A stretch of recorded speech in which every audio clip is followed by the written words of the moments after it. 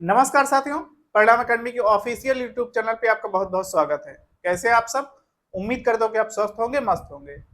मैं अनिल कुमार आप सबके सामने एक बार फिर से उपस्थित हुआ हूं बीपीएससी 4.0 की साइंस की क्लास में आज पहली बार।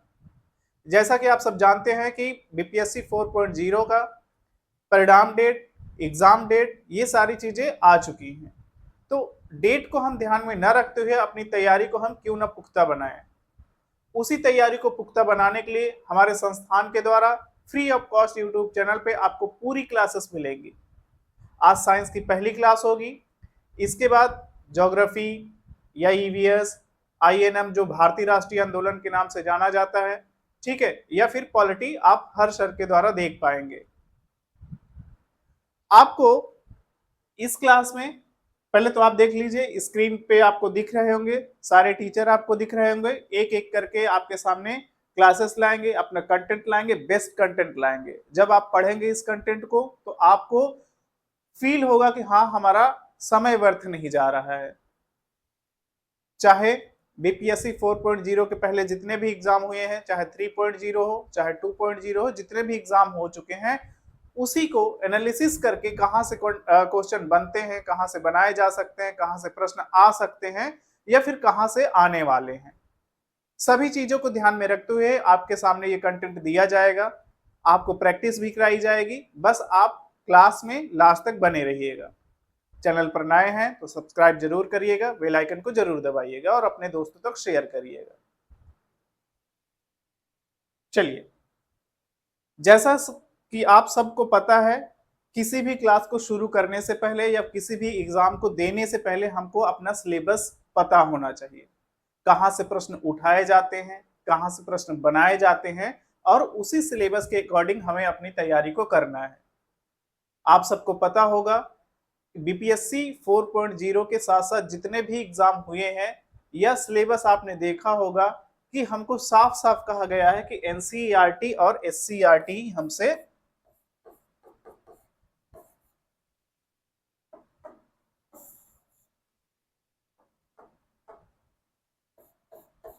एनसीईआरटी और एससीईआरटी, और एक चीज और है, बिहार का जो बुक है,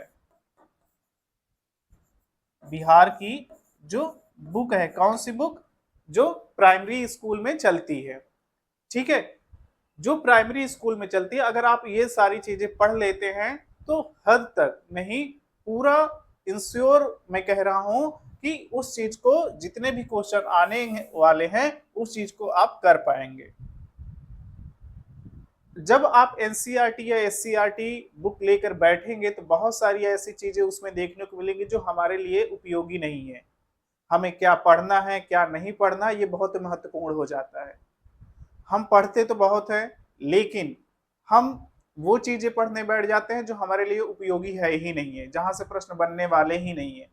तो हमको पढ़ने से ज्यादा ध्यान इस बात को देखना है कि हमको क्या नहीं पढ़ने हैं, कंटेंट हमको क्या हटाने हैं और क्या चीजें लेनी है।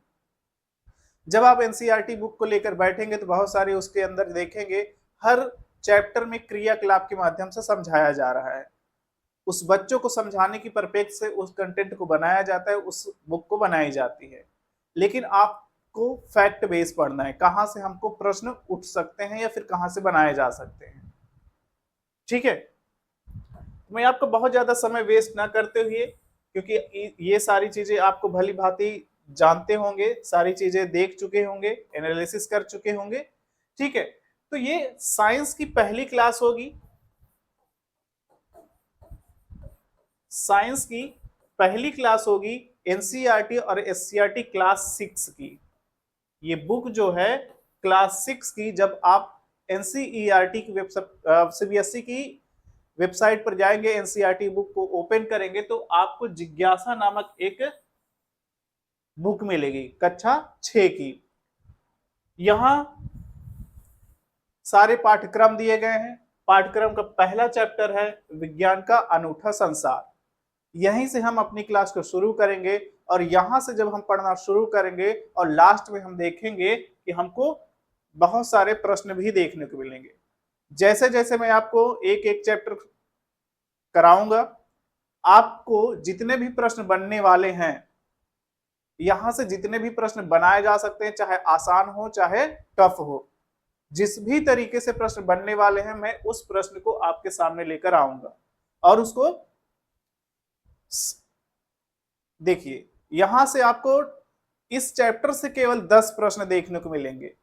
इस चैप्टर से आप 10 प्रश्न बन सकते हैं, इससे ज्यादा नहीं बन सकते हैं। एक दो प्रश्न घुमा फिरा के और बन जाए तो बन जाए, वरना 10 प्रश्न आप जब सॉल्व करेंगे तो आपको लगेगा कि हाँ, हमने जिज्ञासा चैप्टर को पढ़ लिया है। ठीक है, तो पहले हम अपनी क्लास को डिटेल वर्जन में पढ़ेंगे, फिर उसके बाद क्वेश्चन को खुद सॉल्व करेंगे। क्वेश्चन कैसे कैसे बन सकते हैं इस चैप्टर से और कैसे कैसे आ सकते हैं। ठीक है, तो पहले हम जो भी चैप्टर में दिया गया है उसको पढ़ेंगे।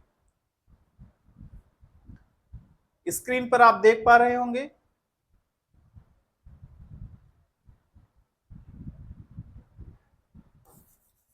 देखिए, पहला चैप्टर जो है विज्ञान का अनूठा संसार। जब ये पहली क्लास को शुरू करते हैं तो हमारे मन में बहुत सारी जिज्ञासाएं, जैसे आपके मन में आ रहा होगा कैसे प्रश्न बनते हैं, कैसे प्रश्न नहीं बनते हैं, उस एग्जाम के परिप्रेक्ष्य से या उस इस एग्जाम की दृष्टि से आपके मन में जिज्ञासा आती होंगी। लेकिन जब इस चैप्टर को हम पढ़ते हैं तो जैसे कि आप सब पहले ही जान चुके हैं कि इस विज्ञान के जो नाम है उसका नाम ही है जिज्ञासा। उसका नाम ही है जिज्ञासा।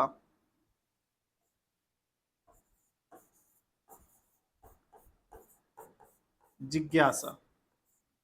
तो जितनी भी जिज्ञासाएं हैं, अब जो छोटे बच्चे होते हैं उनमें बहुत सारी क्यूरियोसिटी होती है, जिज्ञासा होती है। चिड़िया कैसे उड़ती है, आकाश में तारे कैसे टिमटिमाते हैं, ये सारी चीजें, बहुत सारी चीजें आती हैं उनके मन में। ठीक है, तो जब हम चैप्टर को शुरुआत करते हैं यहां से, तो हम अपने आसपास देखते होंगे बहुत सारी चीजें। जैसे रात को आप देखते होंगे आपके सर के ऊपर जो आसमान दिखाई देता है वो तारे टिमटिमाते हैं, दिन को सूर्य निकलता है। ठीक है, ये कैसे टिमटिमाते हैं, सूर्य कैसे डूबता है, कैसे, ये सारी चीजें आपके मन में आती होंगी। ठीक है, चलिए हम अपने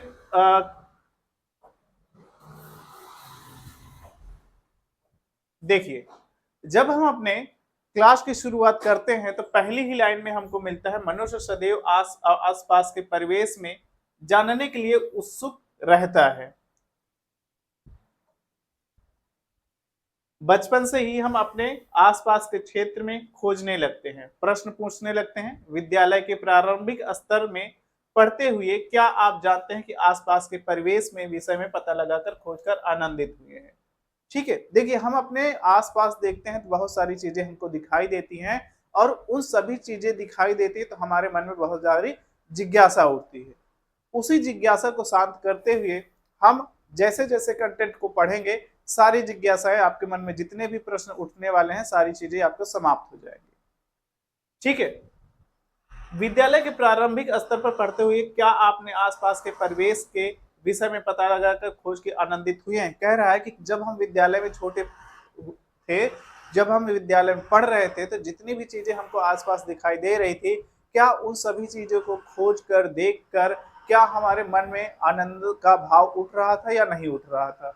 ठीक है, मध्य स्तर में हम अपने आसपास के उस सुंदर विश्व को जानने और समझने की रोचक यात्रा को अग्रसर होते रहते हैं।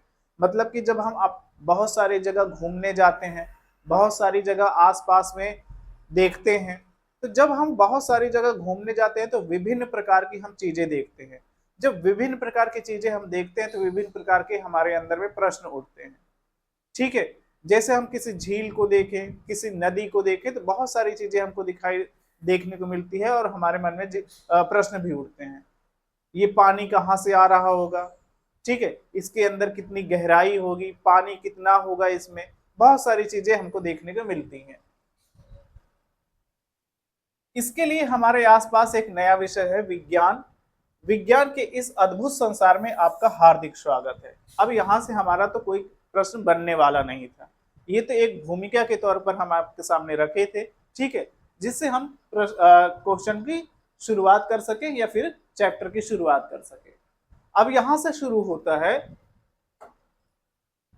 अध्ययन, चाहे रेत के छोटे छोटे कड़े का हो या बड़े बड़े पर्वतों का हो, वह घास के तिनके का हो या किसी विस्तृत जंगल का है, हमें सदा ही नित नई खोजने के देखने को मिलती है। देखिए, चाहे हम रेत के छोटे छोटे कण को क्यों ना देखें, चाहे कि नदियों को क्यों ना देखें, कोई पहाड़ को क्यों ना देखें, कोई भी अन्य चीज को क्यों ना ही देखें, जंगल में जितनी भी सारी चीजें, कटीली झाड़ियां, जंगल, पेड़ पौधे, ये सारी चीजों को क्यों ना देखें, जब हम उन सभी चीजों को देखते हैं तो हमारे मन में बहुत सारी चीजें, प्रश्न उठते हैं, साथ ही साथ नई खोज करने के लिए हम उत्सुक होते हैं। जब हम नई खोज करने के लिए उत्सुक होते हैं तो हमको कोई ना कोई चीजें प्रेरित करती है। अगर हम पढ़ रहे हैं यहाँ तो हमको कोई ना कोई चीजें प्रेरित कर रही, प्रेरित ये कर रही कि हमको जॉब लेनी है, हमको एग्जाम को क्रैक करना है, हमको शिक्षक बनना है, तो आपको यहां से उत्साहित करता रहता है। क्या आपने कभी रात के आकाश में चमकते तारों को ध्यान से देखा है? अब यही आकाश के बारे में बता रहा है कि जब आकाश में आप देखते हैं सर उठाकर, तो क्या आपके मन में कोई जिज्ञासा उठती है, कोई प्रश्न उठते हैं? जो चमकते हुए तारे हैं, क्या उसके बारे में आपने देखा है, उसके बारे में आपने सोचा है, उसके बारे में क्या बहुत सारे प्रश्न उठते हैं तो आपने उसके बारे में सॉल्यूशन करने के बारे में सोचा है? किसी फूल को खिलते देखकर आप विस्मित हुए हैं, उसे कैसे पता चलता है कि कब खिलना है? अब आपके, जब आप फूल देखते हैं, बहुत सारे फ्लावर को देखते हैं, बहुत सारे फूल को देखते हैं, तो जब वो शुरुआत होता है, पंखुड़ी के माध्यम से शुरुआत होता है खिलने का, क्या होता है, शुरुआत करता है वो, तो क्या आपने कभी सोचा है, कह रहा है हमारी बुक ये कह रही है कि क्या आपने कभी सोचा है कि इसको कैसे पता होता है कि हमको अब खिलना है, पूरी तरीके से अब हमको खिल जाना है या नहीं खिल जाना है? ठीक है, ये सब विज्ञान द्वारा उजागर होने वाले अनेक रहस्यों के कुछ उदाहरण मात्र हैं। अब ये सारी चीजें किस पर डिपेंड होती है? विज्ञान पर ही निर्भर होती है। जब आप जैसे जैसे इसके तह तक जाएंगे, आप इसको पढ़ेंगे जब इसको, तो सारी चीजें आपको पता चल जाएंगी विज्ञान के बारे में। रोचक बात यह है कि सर्वत्र महासागर की गहराइयों से लेकर आंतरिक व्यापकता तक, रसोई से पके व्यंजनों को लेकर खेल के हर मैदान में अभूतपूर्व खोज ऐसे कल्पनीय स्थानों में हुई है। मतलब चाहे हम किचन में अपनी सामग्री को देखें, किचन में रहस्यमय चीजों को देखें, चाहे हम महासागर को देखें, चाहे तो हम कोई भी पर्वत को देखें, चाहे कोई भी रोचक बातें को देखें, सभी में एक व्यापक एक चीजें छुपी हुई होती है, और वो छिपी हुई होती है विज्ञान। हर चीज में एक विज्ञान छिपा होता है, हर एक चीज में रहस्य छिपा होता है, और वो रहस्य किसका होता है? विज्ञान का रहस्य होता है। ठीक है, पृथ्वी एकमात्र ऐसा ग्रह है, यहां से हमारा इंपॉर्टेंट टॉपिक शुरू होता है। पृथ्वी हमारा एक ऐसा ग्रह है जिस पर जीवन संभव है। अब जिस पर हम जीवन यापन कर रहे हैं, जिस पर हम अपना सारी क्रियाकलाप कर रहे हैं, पृथ्वी ही एक ऐसा एकमात्र ग्रह है जिस पर हम अपना जीवन को क्या कर रहे हैं? काट रहे हैं, अपने जीवन को क्या कर रहे हैं? निर्वहन कर रहे हैं। पृथ्वी पर पर्यावरण भी है, इसकी रक्षा करना अति आवश्यक है। अब जब आप यहाँ रह रहे हैं तो क्या है? पर्यावरण भी है, और पर्यावरण का रक्षा करना हमारा क्या बनता है? दायित्व बनता है। अगर हम पर्यावरण का हम अगर पर्यावरण को देखेंगे, समझेंगे, उस चीज को समझकर उस चीज को संरक्षित करेंगे, उस चीज को हम रक्षा करेंगे, तब हमको जीवन यापन करने में सुविधा मिलेगी। एग्जाम्पल के तौर पर आप समझ सकते हैं कि अगर आप एक के परिवेश में, आपके घर के आसपास अगर पेड़ पौधे हैं, उस पेड़ पौधे की रक्षा या संरक्षण आप नहीं करते हैं, तो कहीं ना कहीं आपको एक अगले दिन, मेरे कहने का मतलब अगले दिन ही नहीं, मतलब आगे चलकर आपको कहीं ना कहीं परेशानियों का सामना करना पड़ेगा। उस चीज को आप काट देंगे तो आपको जितने भी परिवेश में जो सुविधाएं मिल रही थी, आप उस चीज से वंचित हो जाएंगे। ये सिर्फ एक पेड़ का मैंने एग्जांपल दिया है, इस तरह की बहुत सारी ऐसी चीजें हैं जो हम इस चीज को समझ सकते हैं। ठीक है, पृथ्वी पर जीवन एक अद्भुत विविधता है। पौधे, जंतु जो इस ग्रह के विभिन्न क्षेत्रों में जीवित रहने, फल फूलने में सफल हो सकते हैं। देखिए, जो पृथ्वी है ये क्या है, एक इसमें अद्भुत विविधताएं हैं। विविधताएं का अर्थ है कि बहुत सारी अनेक चीजें पाई जाती हैं, अनेक चीजें भिन्नता होती है। अब अनेक चीजें पाई जाएंगी तो अनेक विभिन्नताएं भी पाई जाएंगी। जैसा कि आप पेड़ देखते हैं, नदियां देखते हैं, झरना देखते हैं। नदी तो सब होती है लेकिन सबकी अपनी अपनी एक विशेषता होती है। पेड़ तो सब होते हैं लेकिन सबकी अपनी एक विशेषता होती है। क्यों ना वो पेड़ एक जैसा हो या पेड़ कई तरीके से हो, वो सारी चीजें हमको देखने को मिलेंगी, लेकिन सभी में विभिन्नता पाई जाएगी। सभी में, जैसे आप मनुष्य को ही ले सकते हैं, मनुष्य सारे हैं लेकिन सबके बौद्धिक स्तर अलग है, व्यक्तित्व भिन्नता अलग है। सब एक बौद्धिक स्तर के नहीं होते हैं, सबके एक जो स्तर होता है समझने की, सोचने की, सबकी अलग अलग बौद्धिक स्तर होते हैं, अलग अलग व्यक्तित्व भिन्नता होती है। ठीक है, उसी तरह से जो हमारे जीव होते हैं, जंतु होते हैं, फूल होते हैं, फल होते हैं, इनमें भी विभिन्नता पाई जाती है। सभी एक जैसे नहीं होते हैं, सभी एक जैसे होंगे भी तो कहीं ना कहीं देखेंगे कलर एक हो सकते हैं लेकिन उनके कहीं ना कहीं विभिन्नताएं देखने को मिल जाएंगी। किसी बीज को एक पौधे में और किसी कैटरपिलर को एक सुंदर तितली में परिवर्तित होते देखा होगा। अब देखिए, जो एक बीज होता है, जब एक पौधा उगता है तो वो शुरुआत कहां से करता है, एक बीज से शुरुआत करता है और फिर धीरे धीरे जैसे जैसे अपने स्तर की ओर आगे बढ़ता है वो किस में बदल जाता है, एक झिल्ली में बदल जाता है। कैटरपिलर एक सुंदर तितली में परिवर्तित होता आपने देखा होगा। ऐसे अनेक अवलोकन किए होंगे इन पौधे और जंतुओं का विकास किस प्रकार होता है। अब जैसे एक तितली होती है या कोई भी एक जीव ले ले, कोई भी एक जंतु ले लें, तो कहीं ना कहीं उसकी जब शुरुआत होगी तो एक चरण से होगी। पहला चरण जो होगा उसका, अब मान लीजिए एक पौधा है आपका, एक ये पौधा है, तो जब आप उस बीज को लगाएंगे जमीन के अंदर, उसको डालेंगे तो कहीं ना कहीं कुछ दिन बाद क्या हो जाएगा, उसमें धीरे धीरे विकास शुरू होगा। विकास जैसे ही शुरू होगा धीरे धीरे करके वो जमीन से क्या होगा, थोड़ा सा ऊपर आने की कोशिश करेगा। ठीक है, जब धीरे धीरे ऊपर आने की कोशिश करेगा तो धीरे धीरे बढ़ेगा, बढ़ेगा, मोटा होगा, आपको धीरे धीरे आगे चलकर वो फल देगा, फूल देगा। ठीक है, तो इस तरह से सबके जीवन का क्या होता है, एक स्तर होता है। अपने अपने जंतुओं का विकास का एक स्तर होता है, अपने अपने जीव का एक स्तर होता है। ठीक है, वास्तव में हमारे शरीर की वृद्धि विकास के लिए हमें भोजन की आवश्यकता होती है। अब हमारे परिवेश में, हमारे पृथ्वी पर जितने भी जीव जंतु हैं, चाहे पेड़ हो, पौधे हो, मनुष्य हो, कोई भी जंतु हो, सबको अपने जीवन का निर्वहन करने के लिए सबसे मुख्य चीजें होती हैं भोजन। अगर आपको, चाहे आप मनुष्य को ले लीजिए, चाहे आप किसी जीव जंतु को ले लीजिए, इवन पेड़ को भी अपना जीवन निर्वाहन करने के लिए उनको भी भोजन की आवश्यकता होती है। आप एक पौधे को एक शीशे में बंद कर दीजिए, बिल्कुल से पैक कर दीजिए, अब सूर्य की रोशनी यहां तक नहीं पहुंच पाएगी तो वो पेड़ क्या हो जाएगा, सूख जाएगा, उसमें पानी नहीं मिलेगा तो वो सूख जाएगा। उसी तरह से जब हम अपने जीवन का निर्वहन करते हैं तो सबसे मुख्य चीजें हो जाती हैं हमारा भोजन। भोजन अगर हमको नहीं मिलेगा तो हम क्या हो जाएंगे, सूख जाएंगे, धीरे धीरे हम बीमार पड़ने लगेंगे। उसी तरह से जीव जंतु होते हैं तो जीव जंतुओं के लिए यही आवश्यकता हो जाती है। ठीक है, विशेष रूप से भारत जैसे विशाल और विविध देश में भोजन अत्यंत वन भवन, देश भर में विभिन्न प्रकार के स्वादिष्ट पकवान और उनके बनने की विशिष्ट विधियां हैं।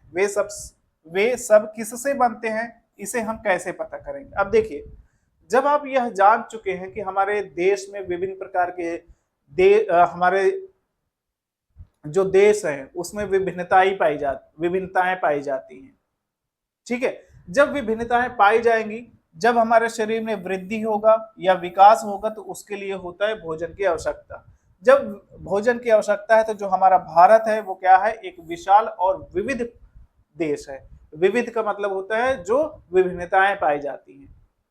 आज आप प्रयागराज में हैं तो वहां का रहन सहन, वहां का खान पान हो सकता है अलग है, लेकिन कोई अगर हमारे केरल साइड का है, ठीक है, पश्चिम बंगाल का है, तो उनका रहन सहन, उनका जो खान पान है वो चीजें अलग होती हैं।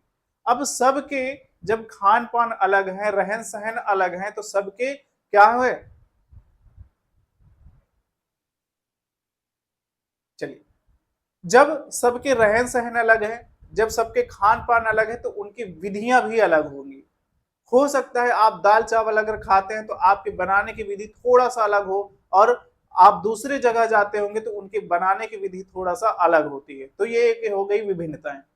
चीजें वही हैं, खाने की सामग्री वही है, लेकिन जो बनाने की विधियां हैं वो अलग अलग हो गई हैं। आप हमारे प्रयागराज में चले जाइए, जितने भी विद्यार्थी रहते हैं, घर में अगर देखेंगे तो जो दाल चावल बनता है वो अलग अलग बनता है। लेकिन आप प्रयागराज के जितने भी विद्यार्थी हैं, जितने भी तैयारी करने वाले स्टूडेंट हैं, वो जब खाना बनाते हैं, दोपहर का खाना जब बनाएंगे तो दाल चावल चोखा सब एक साथ ही बन जाता है, आधे घंटे में वो खाना पूरा अपना तैयार कर लेते हैं। तो उनकी बनाने की विधियां अलग हो गई हैं। ठीक है, तो यही हमसे ये कह रहे, ये सब किससे बनते हैं, कैसे बनते हैं, ठीक है, इसके बारे में हम धीरे धीरे करके जानेंगे। जैसे जैसे हम पढ़ेंगे ये सारी चीजें हमको देखने को मिलेंगी। हमें जीवित रहने के लिए भोजन के साथ साथ जल की भी आवश्यकता होती है। अब जब आप खाना खाते हैं तो आपको जल की भी आवश्यकता होती है। ऐसा नहीं है कि अगर हमको जीवित रहना तो सिर्फ भोजन भोजन हमको मिल जाए तो हम जीवित रह लेंगे। भोजन तो जरूरी है ही, लेकिन भोजन के साथ अन्य चीजें भी उपयोगी हो जाती हैं। जल है, ठीक है, अब जल तो आपको मिल गया है, खाना भी आपको मिल गया है, तो जीवित रह लेंगे। लेकिन हमको एक स्वस्थ व्यक्ति, या हमको अपने बॉडी को, अपने शरीर को स्वस्थ रखने के लिए अन्य चीजें भी आवश्यकता होती है। जैसे सूर्य की रोशनी हमको जरूरत होती है। सूर्य की रोशनी अगर हमको नहीं मिलती है तो हम धीरे धीरे क्या होने लगते हैं, बीमार होने लगते हैं। ठीक है, तो जीवित रहने के लिए सिर्फ हमको भोजन या जल की ही आवश्यकता नहीं है कि सिर्फ हमको भोजन और जल मिल जाए तो हम जीवित रह लेंगे। हमको एक स्वस्थ व्यक्ति रहने के लिए हमको अन्य चीजें भी आवश्यकता होती है। जैसे मैंने बताया कि भोजन जल के अलावा जैसे सूर्य की रोशनी भी हमको जरूरत होती है। ठीक है, जल एक अत्यंत आनंददायक पदार्थ है। क्या आप कभी बारिश में दौड़े हैं, भागे हैं, कूदे हैं? क्या आपने कभी सोचा है कि बारिश क्यों और कैसे होती है? ठीक है, अब जल आप पीते हैं, पानी को आप पीते हैं, लेकिन जो वर्षा होती है, आपने कभी कह क्वेश्चन प्रश्न हमसे ये उठ सकता है कि जो ये बारिश है, बारिश की जो बूंदे आप तक पहुंचती हैं वो कैसे बारिश बनती हैं? ये हमसे एक छोटे बच्चों के द्वारा बताया जा रहा है या समझाया जा रहा है कि जो बारिश होती है वो किस प्रकार से होती है और क्यों होती है।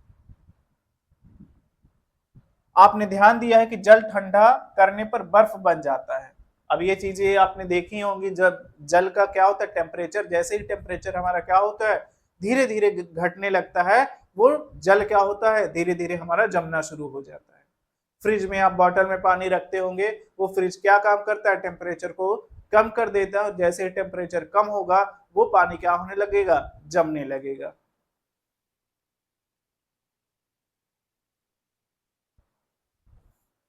गर्म करने पर उबलने लगता है। क्या आपको भी गर्मी में ठंडा पानी या सर्दियों में गर्म पानी? अब थोड़ा सा मैं आपसे एक क्वेश्चन पूछता हूं कि जो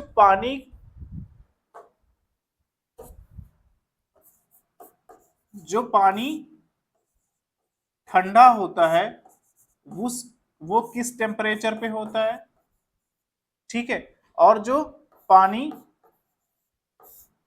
गर्म होता है वो किस टेम्परेचर पर गर्म होता है? ये दो प्रश्न का उत्तर आप कमेंट बॉक्स में कमेंट करिए, आगे हम पढ़ते हैं। ठीक है, बॉइलिंग पॉइंट और फ्रीजिंग पॉइंट। ठीक है, बॉइलिंग पॉइंट आपको बताना है और फ्रीजिंग पॉइंट बताना है, वो टेम्परेचर क्या होता है। अब देखिए, क्या आपने कभी गर्मी में, आपका भी मन करता होगा गर्मी में हमको क्या मिले, ठंडा पानी मिले, और सर्दी में हमको क्या मिले, गर्म पानी मिले। चाहे वह जल हो या ज्वर से तपते हमारे शरीर का तापमान, कोई वस्तु कितनी गर्म है यह ज्ञात करना महत्वपूर्ण है। अब देखिए, जब आप नहाते हैं सर्दियों में, ठीक है, पानी का उपयोग करते हैं सर्दियों में, तो आप चाहते हैं कि हमको गर्म पानी मिले, और जब गर्मी का मौसम आ जाता है तो आप चाहते हैं कि जो भी पानी मिले हमको ठंडा पानी मिले। ठीक है। तो यह ज्ञात करना, अब क्या चीजें होती है कि जैसे कोई भी खाना हो गया, भोजन हो गया, ये सारी चीजें हम चाहते हैं कि हमको सभी चीजें गर्म मिले। तो ये हमको बताने की कोशिश कर रहा है कि हमको टेम्परेचर के बारे में पढ़ना है, टेम्परेचर, तापमान क्या होता है, ठीक है, ये सारी चीजें हमको पढ़ना है। हमें जीवित रहने के लिए भोजन के साथ साथ जल की आवश्यकता होती है। जल की अत्यंत एक आनंदक, देखिए, विज्ञान वे लोग होते हैं जो समस्याओं को हल करते हैं। वैज्ञानिक क्या होते हैं? जो समस्या को सलूशन करते हैं, जो समस्या को हल करते हैं। नई वस्तु की खोज करने के लिए वैज्ञानिक विधि का प्रयोग करते हैं। अब देखिए, यहां से आपको एक प्रश्न देखने को मिलेगा। अभी लास्ट में जब आपको मैं प्रश्न दूंगा तो यहां से एक प्रश्न आपको देखने को मिलेगा। तो ये चीजें आपको ध्यान में रखना है कि जो भी हम समस्याओं को क्या करते हैं, सोल्यूशन करते हैं, वो एक क्या है? वैज्ञानिक खोज होती है। ठीक है, वैज्ञानिक विधि का प्रयोग करते हैं, परंतु क्या कोई भी व्यक्ति जो वैज्ञानिक विधि का पालन करता है एक वैज्ञानिक की तरह कार्य करता है? अब देखिए, एक वैज्ञानिक, परिपूर्ण वैज्ञानिक होना अलग बात होता है, लेकिन जब हम अपनी समस्याओं का सोल्यूशन करते हैं, अपनी समस्याओं को हल करते हैं, तो वो एक कहीं न कहीं एक तर्क वितर्क करके करते हैं। अब आप जैसे पढ़ रहे हैं, आपको वीडियो की क्वालिटी या वीडियो में जो वॉइस है, जो आवाज है, वो सही से नहीं आ रही है, तो आप क्या करेंगे? अपनी वीडियो की क्वालिटी को बढ़ाएंगे कि आपको अच्छा दिखे। वॉइस आप तक ठीक से नहीं पहुंच रही तो आप क्या करेंगे? थोड़ा सा तेज करेंगे। तो ये सारी समस्याओं को समाधान करना आपके हाथों में होता है। लेकिन जब हम प्राकृतिक रूप से देखें कि जैसे बारिश हो रही है, अब बारिश आपके हाथ में नहीं कि आप बारिश को रोक ले या जब चाहे आप उस चीज को करवा लें। ये हमारा क्या होता है? प्राकृतिक देन होती है। तो प्राकृतिक चीजों में हमारे हाथों में नहीं होती है। लेकिन जो हमसे ये कह रहा है कि जो कोई भी समस्या का हम सोल्यूशन करते हैं, तो धीरे धीरे करके हम उसमें तर्क वितर्क करके धीरे धीरे आगे एक स्तर तक ले जाते हैं जहां हमको क्या मिलता है? सोल्यूशन मिलता है। तो जो भी चीजें हमको खोजना है, जो भी चीजें हम खोज रहे हैं, जैसे पहले आप देख पा रहे होंगे कि पहले टेलीफोन होता था, लेकिन धीरे धीरे करके क्या होता था? उस चीज में गिरावट आई, या उस चीज को हम धीरे धीरे क्या कर दिए? हटा दिए, और आपके हाथ में क्या आ गया? मोबाइल फोन आ गया।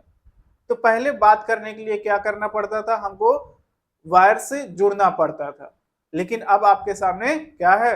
वायरलेस है। तो एक वैज्ञानिक खोज है, वैज्ञानिक ने इसको खोजा है, सोल्यूशन दिया है। भोजन पकाने वाला व्यक्ति यह सोचकर हैरान हो सकता है कि दाल कुकर से बाहर कैसे निकलती है। अब आप, कॉमन सी बात है, जब आप क्या करते हैं, दाल को पकाते हैं, तो जब दाल बाहर आती है तो आपके मन में ये आता होगा कि ये दाल बाहर आती क्यों है, ये अंदर ही क्यों नहीं रह जाती है। ठीक है, तो इसका सोल्यूशन भी पता होगा। जो लोग विद्यार्थी घर पे रहते हैं उनको तो कम पता होगा, या फिर जो विद्यार्थी खुद से खाना पकाते हैं उनको इस चीज को भली भांति जानकारी होगी कि बाहर क्यों आ जाता है। कमेंट बॉक्स में जरूर कमेंट करके बताएं क्यों आ जाता है, दाल कुकर से बाहर क्यों आ जाता है। क्या कुकर में बहुत अधिक पानी था? अब हमसे पूछ रहा है, क्या एक वजह हो सकती है कि दाल में जो कुकर में जो पानी डाला था दाल के साथ, क्या वो बहुत ज्यादा हो गया है? ठीक है, ये सारी चीजें, एक एग्जांपल आप ये समझ सकते हैं साइकिल से। आप साइकिल बचपन में बहुत सा चलाए होंगे। साइकिल की मरम्मत करने वाले व्यक्ति के बारे में सोचिए, जो यह ढूंढने का प्रयास कर रहा है कि टायर में हवा कहाँ से निकल रही है। अब वो क्या खोज रहा है? वो भी तो खोज रहा है ना कि ये जो प्रॉब्लम आई है इस व्यक्ति के साथ, यह साइकिल में जो समस्या उत्पन्न हुई है, वो समस्या क्या है? ट्यूब से हवा निकल जाना। अब वो ट्यूब से जब हवा निकल गई है तो वो हवा निकली कहाँ से? हमको ये चीजें ढूंढना है और उसी चीजों को ठीक करना है। तो एक तरह से तो हम कह सकते हैं ना, छोटे बच्चों को हम समझा सकते हैं कि ये नन्हा वैज्ञानिक है।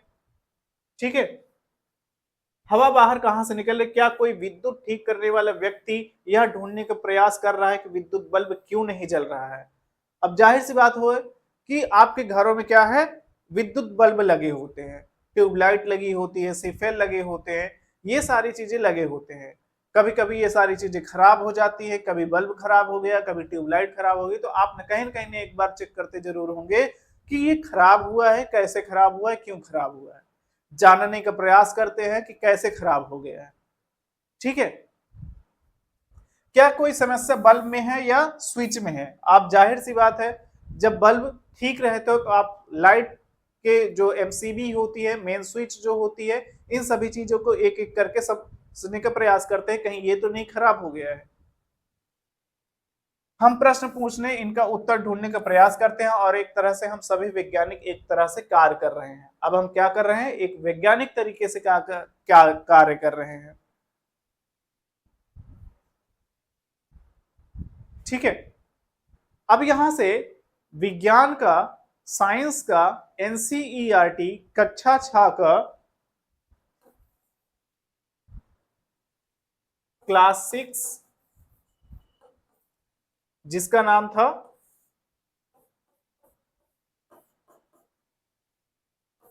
एनसीईआरटी और एससीईआरटी बेस, ये आपको पहला चैप्टर समाप्त हो गया है। यहां से बहुत सारे प्रश्न तो नहीं बने हैं अभी तक, लेकिन जब प्रश्न की बात करें, अगर प्रश्न बनाने पर ही आ जाए, अगर हमको ये कहा गया है कि आपको एनसीईआरटी एससीईआरटी पढ़ना है तो कहीं से भी प्रश्न बनाए जा सकते हैं। अब आप इस चैप्टर को बिल्कुल से इग्नोर नहीं कर सकते हैं कि ये तो बहुत आसान सा चैप्टर था, या जब हम इस चीज को पढ़े हैं तो यहां से बहुत सारे प्रश्न बनने की उम्मीद ही नहीं थी। इसी चैप्टर से मैं आपके सामने 10 प्रश्न लेकर आया हूं। आप इस 10 प्रश्न को सॉल्व करिए और बताइए कि किस प्रश्न का उत्तर क्या होगा। ठीक है, एक एक प्रश्न आपके सामने आएंगे और एक एक करके आप कमेंट बॉक्स में जरूर कमेंट करिएगा इसका आंसर क्या होगा। ठीक है, तो पहला प्रश्न आपके सामने दिख रहा होगा स्क्रीन पर। जो पहला प्रश्न हमसे पूछ रहा है, निम्न में से कौन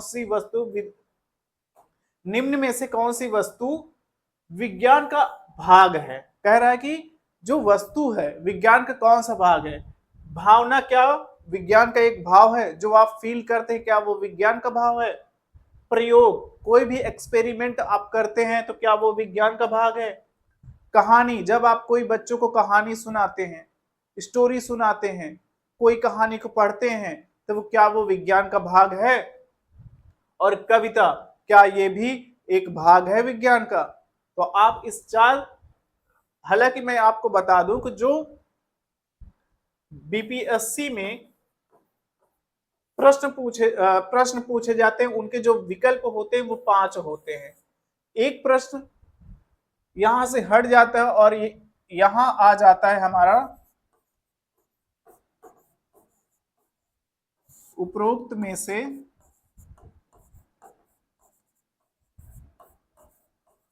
कोई नहीं, यह एक प्रश्न हमको दे देता है, यहां से एक विकल्प और दे देगा, इनमें से एक से अधिक, इनमें से एक से अधिक।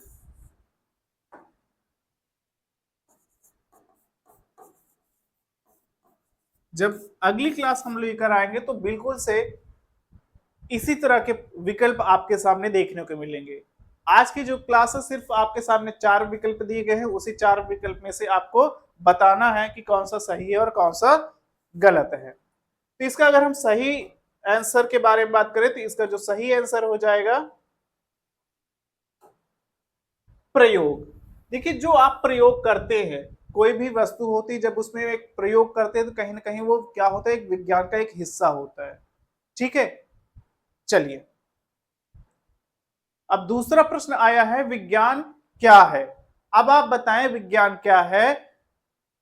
क्या कलात्मक अभिव्यक्ति का माध्यम है, सोचने और सवाल पूछने का एक तरीका है, केवल प्रयोगों का एक समूह है, या केवल जीवों का अध्ययन। क्या आप जीवों का अध्ययन करते हैं तो केवल वह क्या विज्ञान का एक हिस्सा होता है, विज्ञान का वह भाग होता है, क्या वह विज्ञान होता है।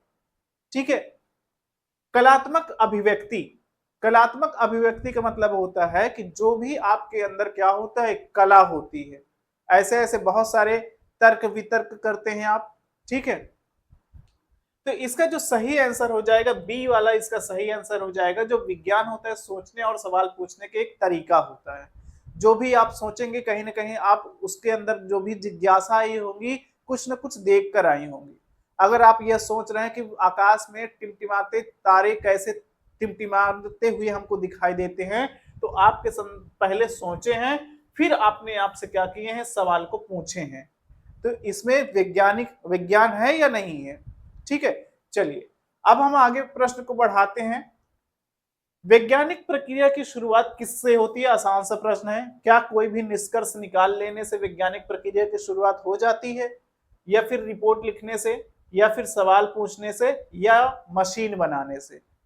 ठीक है, एक एक करके बताइए आप क्या इसका आंसर होगा। क्या आपको सही दिख रहा है? ठीक है, देखिए निष्कर्ष कोई चीज निकलती है तो वहां से तो शुरुआत नहीं हो सकती है। अगर आप सोच रहे हैं कि ये मार्कर कैसे बना होगा, तो ये तो लास्ट पोजीशन हो गया ना, निष्कर्ष क्या निकला है। अगर ये बन चुका है तो निष्कर्ष निकल चुका है। रिपोर्ट लिखने से, क्या आप कोई भी रिपोर्ट लिख रहे हैं तो क्या इस विज्ञान की प्रक्रिया की शुरुआत हो चुकी है? सवाल पूछने से, यही हमारा आंसर हो जाएगा, सवाल पूछने से। मशीन बनाने से कोई भी प्रक्रिया शुरुआत नहीं होती है। हमसे अगर मशीन बनाने से, अब थोड़ा सा कंफ्यूजन आपके सामने ये होगा, आप कंफ्यूज हुए होंगे तो सिर्फ दो में ही हुए होंगे, एक हमारा डी नंबर वाला और एक हमारा सी नंबर वाला। ठीक है, सवाल पूछने से ही क्या होता है, विज्ञान की शुरुआत होती है। आपके मन में जो भी सवाल पूछने होते हैं वो क्या होते हैं, वहीं से आपके विज्ञान की प्रक्रिया की शुरुआत हो जाती है। फिर अगर हम आगे बढ़ते हैं तो निम्नलिखित में से कौन सी वस्तु प्राकृतिक स्रोत से मिलती है? बहुत बार पढ़े होंगे आप इस चीज को ईवीएस में। निम्नलिखित में कौन सी वस्तु प्राकृतिक स्रोत से मिलती है? हमको ध्यान से प्रश्न को देखना है और समझना है और फिर हमको आंसर देना है। क्या प्लास्टिक वो चीजें हैं, क्या पत्थर है, पेंसिल का हिस्सा है, या सिंथेटिक रंग है? देखिए सिंथेटिक रंग में थोड़ा सा आपको कंफ्यूजन होगा। सिंथेटिक में क्या होता है, अगर यहाँ सिर्फ हमको सिंथेटिक दिया होता, तो सिंथेटिक हमारा क्या होता है, एक नेचुरल होता है। ठीक है, एक हमारा मैनमेड होता है जो मानव के द्वारा निर्मित किया जाता है। लेकिन सिंथेटिक में रंग हमको क्या, सिंथेटिक रंग क्या होता है, यह वस्तु प्राकृतिक का स्रोत है। प्राकृतिक का स्रोत क्या है, पत्थर है। पत्थर को हम बनाते नहीं है, पत्थर नेचुरली होता है। पत्थर क्या होता है, मिलता जाता है। ठीक है, ना तो हम इसको बनाते हैं ना तो इसको हम निर्माण करते हैं। ठीक है, चलिए फिर हम बात करते हैं पांचवें क्वेश्चन की। विज्ञान के प्रयोग का उद्देश्य क्या होता है? विज्ञान का प्रयोग का उद्देश्य मतलब कि अगर आप कोई भी प्रयोग कर रहे हैं, कोई भी चीजें बना रहे हैं, कोई भी चीजें एक्सपेरिमेंट कर रहे हैं, तो आप उसका कोई ना कोई उद्देश्य रखते होंगे। ठीक है, तो क्या उस देश रहस्यों को समझना और सवालों का उत्तर पाना है, या फिर नए नए खेल बनाना है, या कहानियां लिखना है, या उपकरण बनाना है? कोई भी उपकरण बनाएंगे तो उसका भी एक क्या होगा, प्रयोग करेंगे और फिर उसका एक उद्देश्य होगा। नए नए खेल बनाना होगा नहीं, कहानियां लिखना होगा नहीं, इससे कोई रिलेट नहीं है। रहस्यों को समझना, अगर कोई चीजें आप प्रयोग कर रहे हैं तो पहले आप उसके रहस्यों को समझेंगे, फिर उसके सवाल के उत्तर पाना समझेंगे आप। ठीक है, चलिए तो पहला आंसर इसका क्या हो जाएगा, पहला विकल्प इसका सही हो जाएगा, ए नंबर। और फिर नीचे दिए गए, थोड़ा सा मिसप्रिंट है, नीचे दिए गए कौन सा वाक्य सही है? अब इनमें से ये जो वाक्य दिए गए हैं इसमें कौन सा वाक्य सही है ये हमको बताना है। तो आप बताइए। विज्ञान केवल किताबों में लिखा है, विज्ञान केवल प्रयोगशाला के लिए है, विज्ञान हमारे चारों ओर हर दिन होता है, विज्ञान केवल बड़े बड़े उपकरणों में किया जाता है। ये चार विकल्प दिए गए हैं। आप चार विकल्प में से एक विकल्प का चुनाव करिए और कौन सा सही है। देखिए विज्ञान केवल किताबों में लिखा है, ये गलत बात है। ठीक है, विज्ञान केवल किताबों में नहीं, अपने परिवेश में भी हम देख सकते हैं। विज्ञान केवल प्रयोगशाला के लिए है, ये भी गलत है, केवल प्रयोगशाला के लिए नहीं है। ठीक है, विज्ञान हमारे चारों ओर हर दिन है, ये सही आंसर है। विज्ञान हमारे चारों ओर होता है और हर दिन होता है। कहीं ना कहीं आप अपने परिवेश में ध्यान से देखेंगे तो विज्ञान हर दिन एक नया चीजें देखने को मिलेगा, और कहीं ना कहीं उसमें से आप निष्कर्ष निकालेंगे तो वो एक नई हमको चीजें लेकर आती हैं। ठीक है, चलिए फिर इसके बाद यदि आप आसमान, पानी और पौधे देखें तो विज्ञान के किस पहलू से आप परिचित होंगे? देखिए आसमान, पानी और पौधे, इन तीनों चीजों को आप देखें तो विज्ञान के किस पहलू से आप परिचित होंगे? क्या चीजें समझ पाएंगे? क्या कल्पना कर पाएंगे? पर्यावरण और प्राकृतिक संसाधन है ये, कविता की रचना है ये, या संगीत है? देखिए आसमान में कोई भी कविता की रचना तो हो सकती है, लेकिन सिर्फ हम मानव निर्मित कर सकते हैं। ठीक है, पानी, पौधे, इसका सही जो आंसर हो जाएगा पर्यावरण और प्राकृतिक संसाधन है। इससे आसमान, पर्यावरण, पानी, पौधे, ये सारी चीजें क्या होती है, नेचुरली होती है। सवाल पूछना विज्ञान के किस भाग को दर्शाता है? आसान सा प्रश्न है, जल्दी से आप बता दीजिए। क्या वो निष्कर्ष को दर्शाता है, शुरुआत को दर्शाता है, उपाय को दर्शाता है, या फिर उपयोग को दर्शाता है? ठीक है, इसका सही आंसर हो जाएगा शुरुआत, बी विकल्प इसका सही हो जाएगा। आसान सा प्रश्न है। फिर हमारा सेकेंड लास्ट प्रश्न है, विज्ञान में हमें किन चीजों का अध्ययन कराने में मदद करता है? ये भी आसान सा प्रश्न है। क्या वो केवल जीवों का अध्ययन कराने में मदद करता है, केवल पंक्तियों और आकृतियों का, या प्राकृतिक संसाधन और उसका काम, या केवल भूतपूर्व इतिहास का? इन चार विकल्प में से आप चारों विकल्प को बताएं और कौन सा आंसर सही होगा उस चीज को बताएं। केवल जीवों का अध्ययन गलत हो जाएगा, केवल जीव का अध्ययन नहीं कराता है, केवल पंक्तियों और आकृतियों का भी अध्ययन नहीं कराता है। प्राकृतिक संसार और उसका काम, ये सही आंसर हो जाएगा हमारा। जो प्राकृतिक संसार है और उसका काम, ये हमारा क्या होगा, विज्ञान का अध्ययन कराता है। ये भी बिल्कुल, केवल भूतपूर्व इतिहास का काम, ये हमारा लास्ट प्रश्न है। ज्ञान और विज्ञान सोच के विकास के लिए किसे प्रोत्साहित करता है? मतलब जो हमारा ज्ञान है और जो विज्ञान है, इन दोनों का जो समायोजन होता है, उसका सोच का विकास के लिए किसे प्रोत्साहित करता है? क्या बहिष्कार करने के लिए हमको प्रोत्साहित करता है, या आलस्य करने के लिए करता है, या जिज्ञासा करने के लिए करता है, या फिर केवल पाठ्यपुस्तक? देखो, बहिष्कार हमारे लिए बिल्कुल गलत बात हो जाएगा। कोई भी इसमें ज्ञान और विज्ञान होता है तो हम किसी चीज का बहिष्कार नहीं करेंगे। आलस्य बिल्कुल गलत बात हो जाएगी। जिज्ञासा रखना बिल्कुल सही हो जाएगा। ठीक है, जिज्ञासा, हम ज्ञान और विज्ञान तभी ला पाते हैं जब हमारे अंदर कोई क्यूरियोसिटी होती है, जब हमारे अंदर कोई जिज्ञासा होती है, जब हमारे अंदर बहुत सारे प्रश्न उठते हैं। जब हमारे अंदर बहुत सारे प्रश्न उठेंगे तो हम उस चीज को जानने की कोशिश करेंगे। ठीक है, तो ये आपका हो गया साइंस की पहली क्लास में प्रश्न उत्तर के साथ, सही विकल्प के साथ। आप क्वेश्चन देख पा रहे होंगे किस प्रकार से बनाए जा सकते हैं। ठीक है, ये हमारा सोशल मीडिया के कुछ हिस्से हैं। आप ये व्हाट्सएप नंबर यहाँ सेव कर लीजिए। किसी भी प्रकार का कोई समस्या है तो आप इस नंबर पर क्या कर सकते हैं, आप व्हाट्सएप कर सकते हैं। ठीक है, अगर चैनल पर आप नए हैं तो सब्सक्राइब जरूर करिएगा। वीडियो कैसी लगी कमेंट बॉक्स में जरूर कमेंट करिएगा और अपने दोस्तों तक शेयर करिएगा। मिलते हैं कल एक नई क्लास के साथ, नए चैप्टर के साथ। आज के लिए बस इतना ही। धन्यवाद।